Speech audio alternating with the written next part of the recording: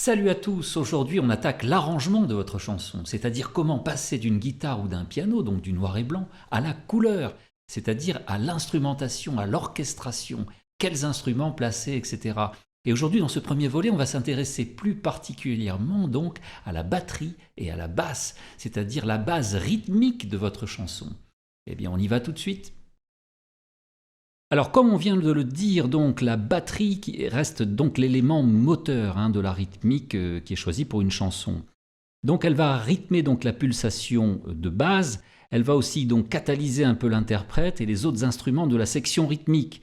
Par exemple les percussions, les claviers, les guitares et la basse qui vont venir se greffer effectivement sur cet élément rythmique de base. Alors en général la batterie traditionnelle donc, est composée d'une grosse caisse, d'une caisse claire, de cymbales Charleston, cymbales ride et cymbales crash, et d'une série de toms. Alors elle est souvent complétée par exemple par une cloche, un triangle ou des petites cymbales qui sont issues donc de la famille des percussions. Alors dans le domaine de la chanson, l'écriture des drums reste assez simple, et pour ne pas détourner justement l'attention de celui qui écoute la mélodie, le texte ou la voix de l'interprète. Alors le tchak boom traditionnel qu'on trouve dans le rock peut s'accompagner de finesses de jeu rythmiques qui sont réalisables par exemple par les cymbales, par les toms ou par la caisse claire par exemple.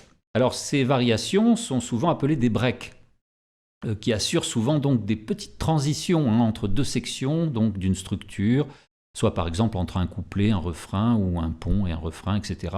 Voire entre même deux phrases musicales, même d'une même section, par exemple, on le verra dans le couplet de notre chanson. Bien entendu, la partie rythmique d'une chanson dépend directement du style de musique, que vous fassiez une chanson dans le style rock, funk, latine, afro-cubain, etc. Et peut devenir parfois très très complexe. Enfin, on doit dire aussi que les batteries réelles en studio sont souvent remplacées maintenant par des boîtes à rythme ou par des banques de sons ou des boucles, donc des samples qui tournent sur ordinateur. Et ça, donc, ça base alors la rythmique de boucles d'échantillons qui tournent sur eux-mêmes et qui correspondent à des modes musicaux plus actuels, le rap, la dance, la techno ou encore l'électro. Alors on va venir maintenant voir un petit peu, analyser la batterie de notre chanson qu'on prend pour exemple, Tu étais là de Stéphane Elia. Alors la batterie, les drums donc sont basés sur deux échantillons, deux samples donc bouclés. Alors le premier il correspond donc à toutes les sections, c'est-à-dire qu'on le retrouve aussi bien dans le couplet, le pont, le refrain.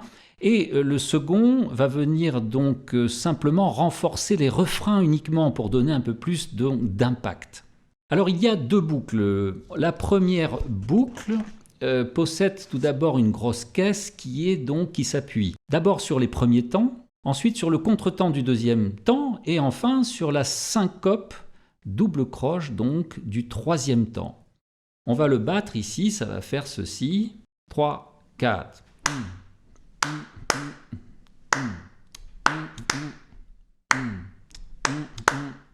Voilà, j'ai bouclé cette première partie de grosse caisse. Ensuite, c'est composé d'un deuxième élément qui est la caisse claire. Alors cette caisse claire marque les temps 2 et 4 de chaque mesure tout simplement. Par exemple, 3, 4, 1, 3. Voilà, donc 2 et 4 uniquement pour la caisse claire. La cymbale crash, cette fois-ci, marque uniquement le premier temps de la mesure, c'est-à-dire 3, 4, c'est tout, sur le premier temps, donc un coup sur le premier temps de cymbale crash. Ensuite, la cymbale Charleston, doublée d'ailleurs d'une cabasse. Une cabasse, c'est cet instrument sud-américain qui ressemble un peu à des maracas au niveau du son, et qui rythme donc le tout au second plan en marquant toutes les doubles croches de la mesure. Par exemple, 3, 4, 1. Voilà, donc que des doubles croches pratiquement régulières. Alors maintenant, on va écouter donc cette première boucle que l'on entend donc tout au long de la chanson.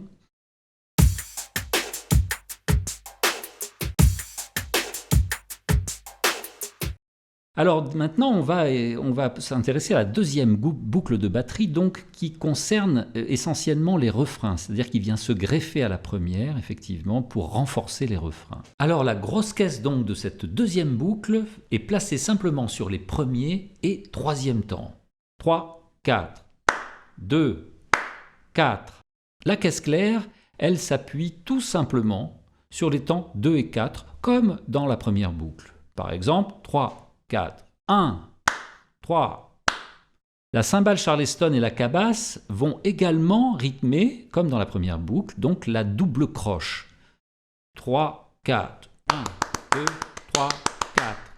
Et enfin des claves, vous savez, ces deux bâtons là, qui sont deux petits rondins de bois donc, que l'on frappe l'un contre l'autre, donc, qui vont se placer sur la dernière double du premier temps, sur le contretemps du second temps et sur la deuxième double croche du troisième temps. Et on va avoir 3, 4.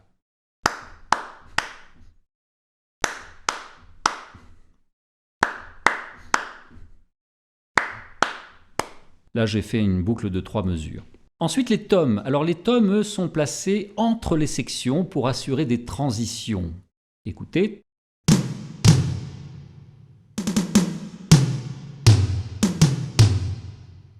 On écoute maintenant la deuxième boucle.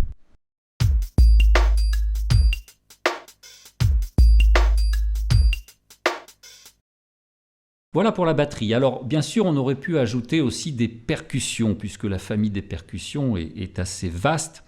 Et ça amène évidemment des couleurs diverses, hein, qu'elles proviennent d'Amérique latine, d'Afrique ou d'Asie. Hein. Alors, ces rythmes nouveaux donc, enrichissent pas mal donc, nos drums actuels, hein, nos drums de base. Alors, c'est une immense famille qui se divise en 2 catégories. Hein, et elle-même divisée en 3 ou 4 familles. Alors il y a des percussions à son indéterminé. Alors il y a 3 familles, les pots, les métaux et les bois. Alors dans les sons indéterminés, c'est-à-dire qu'ils ne produisent pas de sons assez facilement reconnaissables au niveau de leur hauteur. Alors il y a dans les pots par exemple les toms, les congas, le djembé, les bongos. Ensuite les métaux qui sont des cymbales, par exemple triangles, cloches, gongs, etc. Il y a des sons indéterminés en bois aussi, c'est-à-dire les woodblocks, les claves hein, qu'on vient d'utiliser dans Tu étais là, les maracas par exemple ou le güiro. Et puis dans les percussions à sons déterminés, c'est-à-dire qui produisent des sons facilement identifiables au niveau de leur hauteur. Alors dans les pots, on trouve les timbales qui font partie de l'orchestre symphonique classique. Les percussions à cordes, les cymbalums qui viennent des pays de l'Est ou le koto qui vient d'Afrique, les idiophones qui sont le marimba, xylophone, vibraphone, etc. Et puis les percussions à son déterminé en vent, c'est-à-dire les sifflets, les trombes, etc. Alors, la basse, c'est quand même l'édifice de l'harmonie. C'est elle qui est censée donner donc les bases des accords. Hein. Donc c'est une pièce maîtresse dans la section rythmique. Hein. Elle complète évidemment la batterie. Et la basse aujourd'hui s'est beaucoup émancipée, c'est-à-dire elle ne se contente plus de jouer un simple rôle harmonique, c'est-à-dire donner les fondamentales d'accords par exemple. Mais également elle peut devenir elle aussi mélodique, hein, et pouvant de ce fait elle peut dialoguer donc avec d'autres instruments. Alors le choix du type des instruments s'est considérablement élargi avec la naissance d'un grand nombre de basses synthés par exemple ou samplées. Hein. Alors on a les guitares basses électriques qui sont donc assez nombreuses et qui portent parfois les noms de ceux qui les ont créées, par exemple la Jacobacci, la Delacroix, Steinberger, etc. Et parfois même sans fret, c'est-à-dire des manches sans fret, ce qu'on appelle fretless hein, en anglais, et elles procurent un son donc beaucoup plus souple et plus rond celle-ci.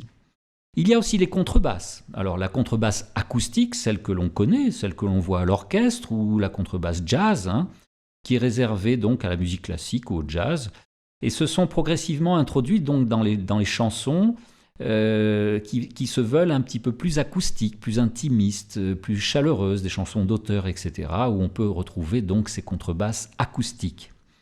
Et puis il y a les basses synthés hein, qui sont signées aussi par les plus grands noms des synthés, même vintage, hein, essentiellement nés dans les années 70, comme le Moog, l'ARP, PPG, qui donnent des basses hybrides et qui peuvent être très intéressantes au niveau donc de l'attaque ou de la sonorité elle-même. Alors il y a aussi des façons de s'en servir, par exemple les techniques de basse, techniques de jeu. Par exemple le slap qui sont des cordes pincées qui claquent sur les microphones, hein, qui donnent donc une attaque très percussive. Ou encore les PIDs. Les PIDs, par exemple, pizzicato, hein, sur les contrebasses. Évidemment, le jazz utilise ça couramment. Alors, c'est un instrument difficile. Hein. La basse, parfois réelle, est écartée des studios, des séances de studio, et remplacée donc par les nombreux synthés ou sampleurs. Hein. Alors, on va voir comment est utilisée donc la basse dans notre exemple. Donc, Tu étais là de Stéphane Elia. Alors, celle qui est utilisée ici pour notre exemple, elle comporte deux sons en fait de basse différents qui sont doublés sur une même partie de basse. Hein. Le premier son, c'est un son de basse électrique rond et profond, hein, comme guitare basse, auquel on a ajouté une simple attaque en fait de basse slap, percussive, hein, de couleur un peu plus métallique. Donc ce mélange, évidemment, entre les deux basses va permettre de faire ressortir la basse dans le mix final. Alors par exemple, dans les couplets, la basse va développer la plupart des appuis de la grosse caisse, c'est-à-dire qu'elle va essayer d'être en osmose avec la grosse caisse. Par exemple, sur les temps 1, contre-temps donc du temps 2 et double syncopé du troisième temps, comme on l'a vu dans la première boucle de batterie, hein, tout en restant espacée pour conserver un groove, c'est-à-dire qu'elle n'aurait pas si elle parlait en mouvement continu. Alors on écoute donc cette basse du couplet.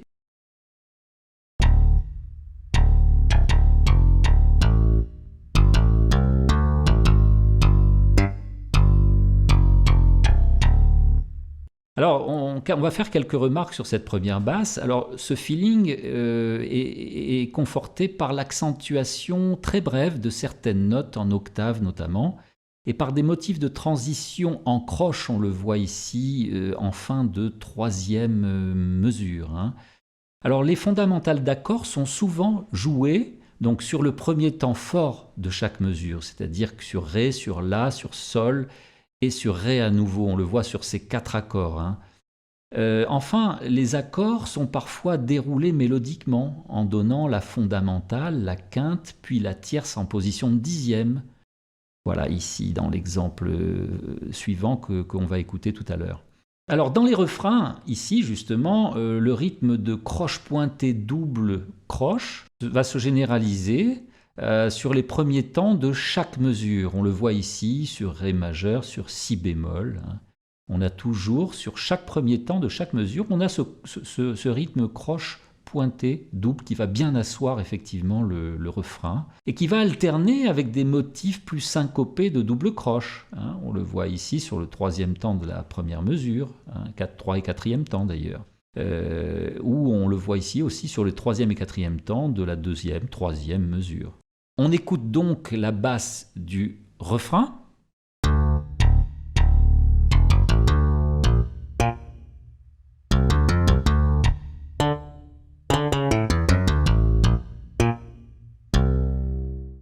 Alors maintenant sur le pont. Alors la basse devient un peu plus fluide ici, vous allez le voir, donc un peu plus mélodique, hein, pour mieux coller au caractère un peu plus souple hein, du pont, de cette section-là. Alors on écoute la basse donc du pont.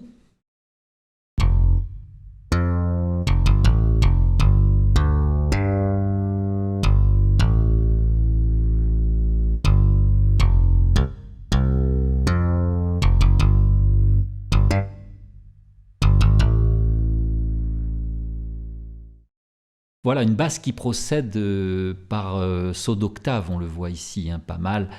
En passant parfois par la quinte. Regardez, saut d'octave sur Fa majeur ici, Fa, Fa, les deux premiers temps. Sur l'accord de Sol majeur, deuxième mesure, Sol, Ré, Sol, donc Sol, Sol, octave, et on passe par le Ré, la quinte au milieu. Même chose pour la troisième mesure, Fa, Do, Fa. Voilà, on passe aussi par la quinte, Fa, Do, Do, Fa, donc sur un ambitus d'octave. Et même chose pour la quatrième mesure, Sol, Sol, Sol. Donc voilà, entre les deux premiers temps de cette dernière mesure. Alors sur le break maintenant, on va voir l'emploi d'accords déroulés en arpège de dixième.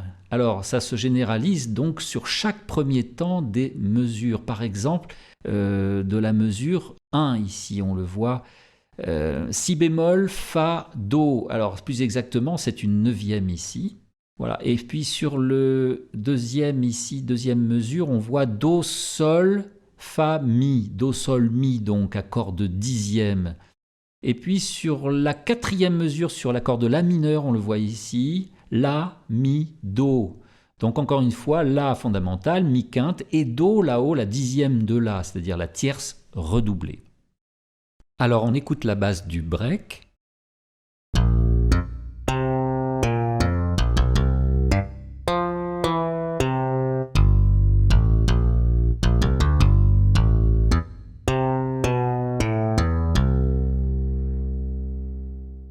Alors pour finir, on va écouter à présent donc un enchaînement couplet-refrain avec basse et batterie réunies.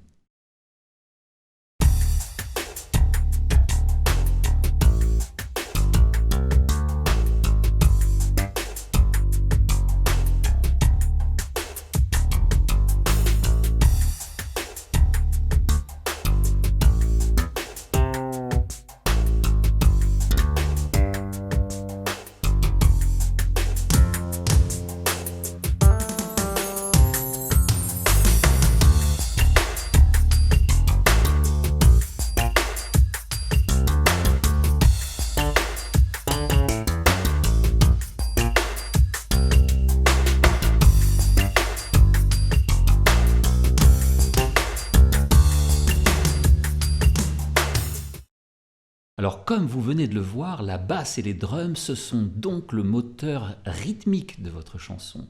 Et bien dans notre prochain tuto, ne le loupez pas, nous allons parler des claviers et des guitares qui, bien que faisant partie intégrante de la section rythmique de votre chanson, vont amener quelque chose de plus, l'harmonie. Donc à très vite. Voilà, si vous appréciez nos tutoriels, merci de nous laisser un like, de partager et de commenter. Vous pourrez vous abonner à la chaîne Music Classroom pour ne manquer aucune nouveauté, ou encore visionner la playlist de toutes les vidéos concernant donc ce même topic, et enfin télécharger les e-books et les exercices correspondants pour une formation musicale complète. Voilà, tous les liens directs sont en fin de description de vidéo. Quant à moi, je vous remercie de votre écoute et à très vite.